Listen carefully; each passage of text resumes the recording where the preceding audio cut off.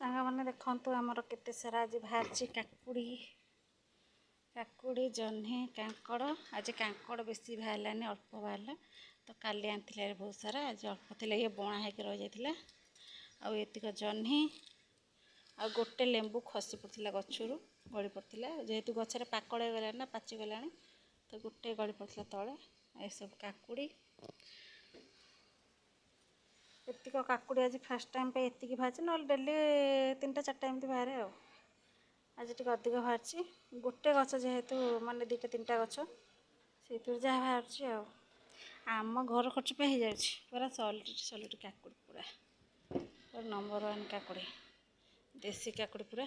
ଦେଖନ୍ତୁ ପୁରା ଦେଶୀ କାକୁଡ଼ି।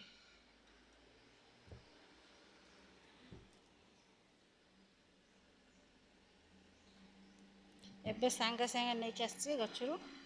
ଆଉ ଜହ୍ନି ଏବେ ଜଷ୍ଟ ନେଇକି ଆସିଲି।